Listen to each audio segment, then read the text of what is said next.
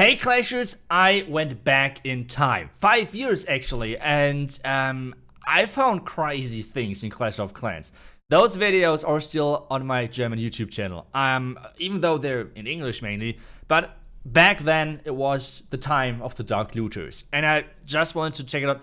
How was it playing Clash of Clans back then? Because you have to think about this. I'm watching right now one of my older videos, and this entire 20-minute video was all about 3-starring one Town Hall 10 base. We did 6 attempts on this base with only the Town Hall 10s, not even talking about the Town Hall 9s, scouting for traps. So you can see, back then, it was actually hard to 3-star, even for the best players in the world. Back then, we were undefeated as Dark Looters in most of the tournaments. And it was just crazy times. And I thought today I'm going to dive into a couple of those older attacks, starting with Town Hall 10 and working our way up to Town Hall 11, which back then was the highest Town Hall. And I think we should start with Town Hall 9.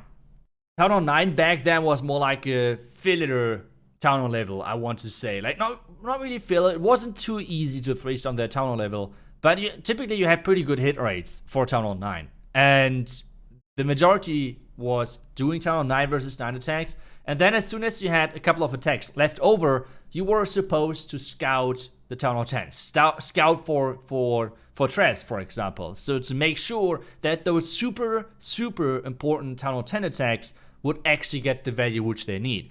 And that's one thing I have to say I really miss. And watching this attack already, I get like a headache, because back then apparently was not possible to turn off the Earthshake mode, which you kind of have now. So that's kind of crazy. But yeah, getting back to my point, one thing which I really miss, I have to say, is those mixed town level where you were interacting within the town hall level itself. So what it was back then was that, as I said, Town Hall 9 versus Town Hall 9 started in the beginning of the match. They had to get their attacks in really quickly because it were 24-hour matches, like 24-hour matches, and they had to get their attacks in quickly and then scout the Town Hall 10s. The Town Hall 10s on the other side had to go for planning already 10v10, but at the same time, Town Hall 10 then went for 10 versus 11, which back then was really difficult. So sometimes it took like 5 to 6 attempts to 2-star one Town Hall 11. All of the Town Hall 11 bases were supposed to defend this Town Hall 10 hit. That was the main purpose. I love the interaction because it was just so important to work together as a team. So that I really have to say, I really miss that. So that's kind of crazy. And we can see right here a really nice attack with like a mass golem. So kind of similar to what we see already, or like still at the moment on Town Hall 9. So not too many things have changed, to be honest, regarding the meta over there. So I think we should jump to the next town level, which is Town Hall 10. Oh, actually DDBB, like seeing all of those attacks, it's bringing so many memories back, so many good memories, because we as Dark Looters back then were not only like just a random group of people playing together, we actually were really close friends as well, and became like doing a lot of real life activities. So I think a lot of the leadership of Dark Looters back then was actually on the marriage of DDBB, which is kind of crazy. Like, right, we're just strangers meeting in the internet, and then you're getting an invite for marriage. That was just crazy, but it was so much fun. So if anyone is seeing that out there from the old Dark Looters crew, guys, I miss those good old times. It was crazy. But seeing those attacks again, it's as well kind of fun. And one thing which I really noticed is boulders.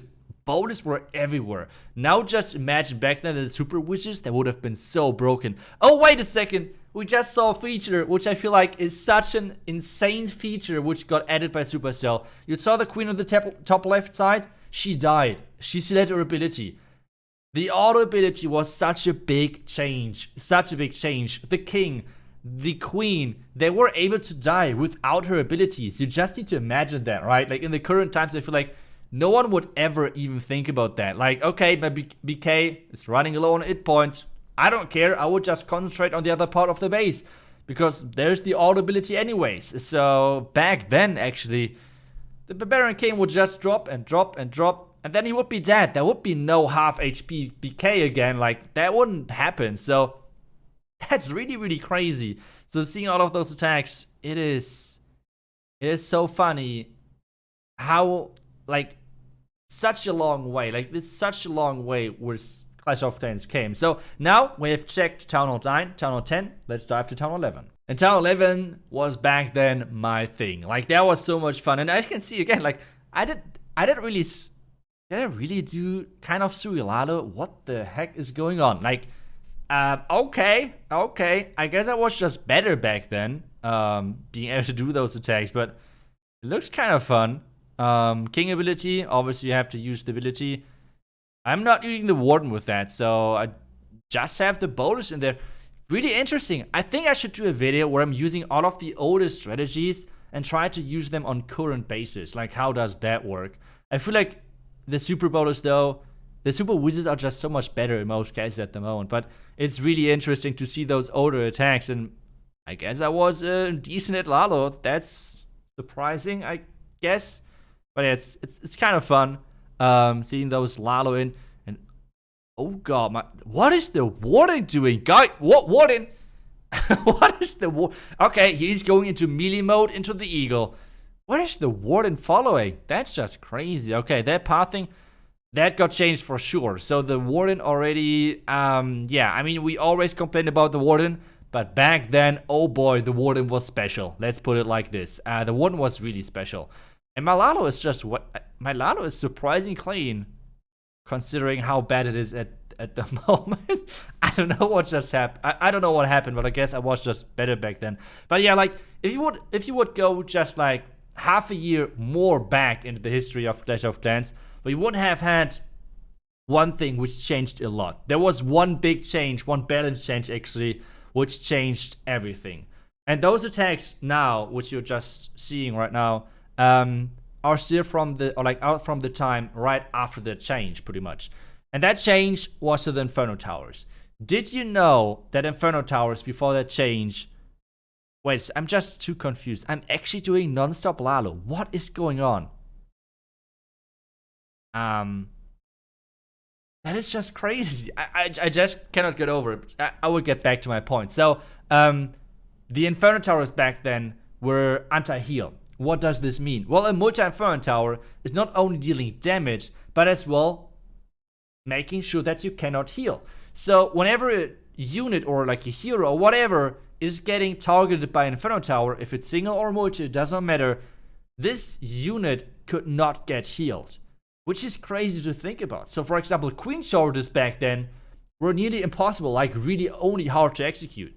And that was just insanely hard. So the thing is, they changed that then.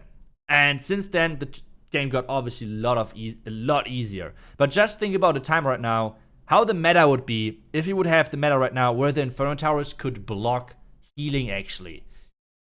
That would be crazy. I mean, Queen Chargers in general, especially with all of the damage which we have now in the base, would disappear or like would not really exist compared to the other strategies. Air spam, easy air spam would probably be the most dominant strategy in the game. Maybe some Lalo strategies because they're not really using any heal mechanics. But P.E.K.K.A Smash, Super Bonus Smash, Queen Charges, all of those things, Queen Charge Hybrid, all of those things would be just gone. That would be kind of crazy to think about. Really crazy actually. Kind of the same craziness as my Lalo, which is way too clean, I guess. But yeah, that's a different topic. But yeah, it's been crazy. We have been coming a long way. And now the one big question. Which feature over the last couple of years you were enjoying the most, which got added to the game?